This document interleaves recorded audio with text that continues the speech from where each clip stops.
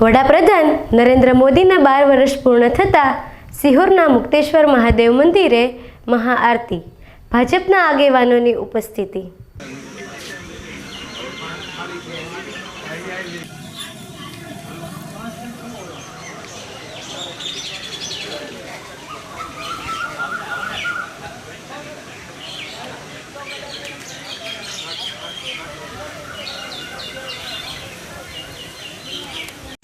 એમના માર્ગદર્શન હેઠળ સેવા, સુશાસન અને જનકલ્યાણના નવા અધ્યાય લખાણા છે।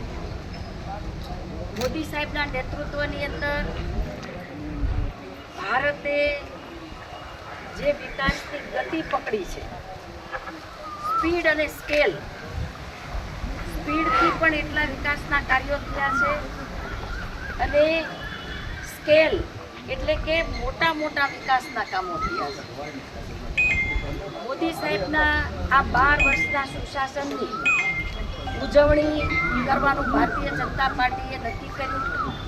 આપણા રાષ્ટ્રીય અધ્યક્ષ નીતિન નબીનજી સાહેબ, આપણા ગુજરાતના અધ્યક્ષ જગદીશભાઈ વિશ્વકર્મા સાહેબ, એમના માર્ગદર્શન હેઠળ સમગ્ર ભારતની અંદર આ સુશાસનના 12 વર્ષના સુશાસનના અનેક કાર્યક્રમો ઉજવાઈ રહ્યા છે।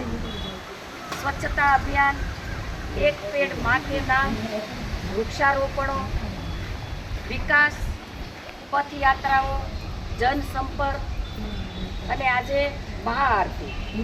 મોદી સાહેબના 12 વર્ષના સુશાસન દ્વારા છેવાડાના લોકો સુધી વિકાસ પહોંચ્યો છે।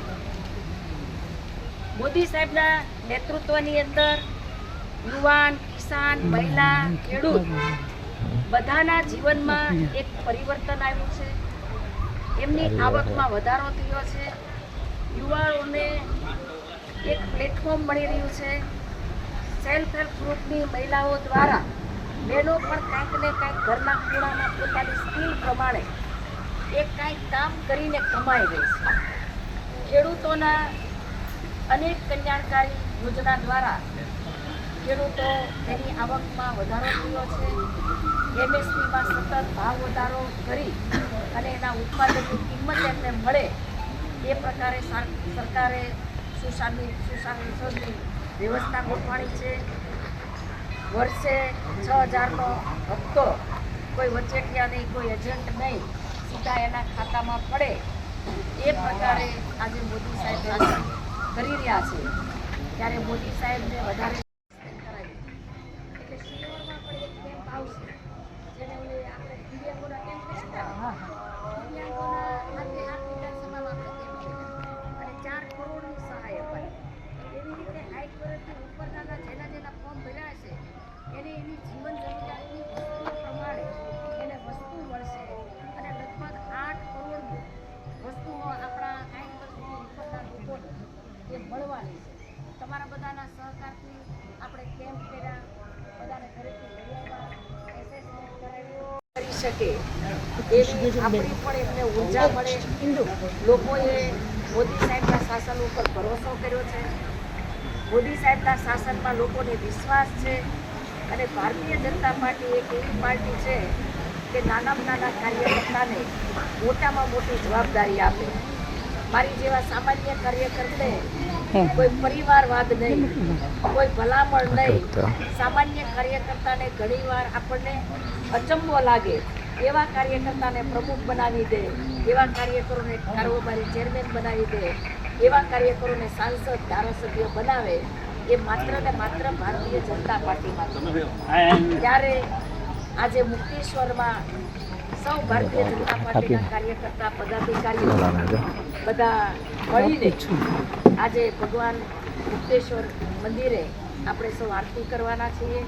આ કાર્યક્રમમાં અમારા મહામંત્રી ભાઈ શ્રી ગેમાભાઈ, અમારા પ્રમુખભાઈ નિલેશભાઈ, નગરપાલિકાના પ્રમુખ બેન જાગૃતિબેન, કારોબારી ચેરમેન શ્રી જીમીબેન, અમારા પ્રભારી શ્રી અશોકભાઈ, બધા જ પદાધિકારી આ કાર્યક્રમમાં ઉપસ્થિત રહેવાના છે। પ્રમુખ સાહેબ પણ હમણાં આવશે, પરિચય બેઠક થઈ એટલે આપણે એકબીજાને વધારે ઓળખી શકીએ અને કંઈ નાના મોટા કામ હોય તો મને પણ ડાયરેક્ટ બધા વાત કરી શકે અને એટલા માટે થોડીક હું વહેલી આવી છું. મારા સાથે વિધાનસભાની અંદર પ્રવાસો મેં કર્યા છે. 2 દિવસ પહેલાં બોટાદ હતી, કાલે ગઢડા હતી, આજે ગ્રામ્યમાં છું.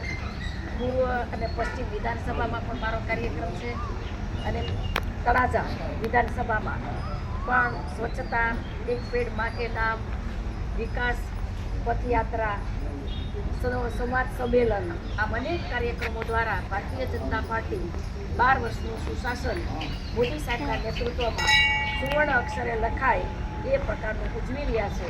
ત્યારે મારા સૌ કાર્યકર્તાઓને પણ ખૂબ ખૂબ શુભેચ્છા આપું છું. બધું ભારત માતા કી જય.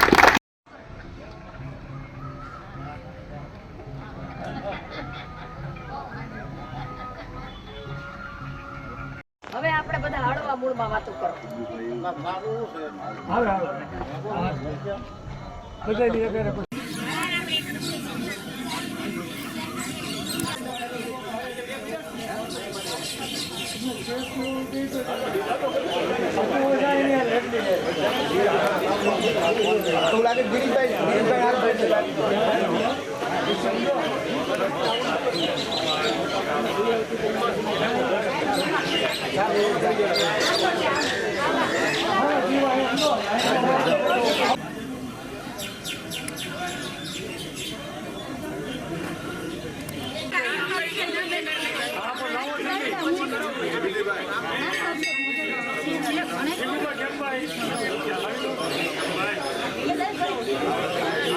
અશોકભાઈ ભી આવો.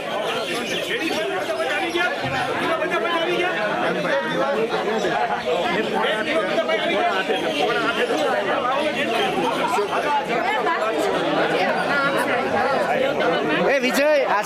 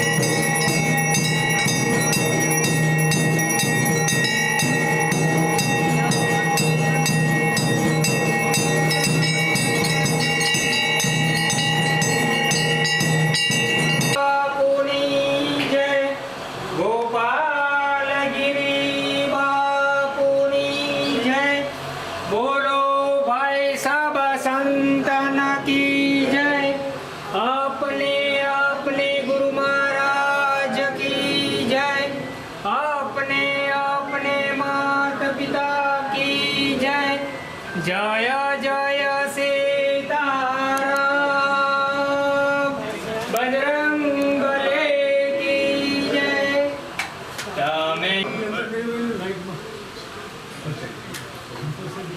રાખી દીધું.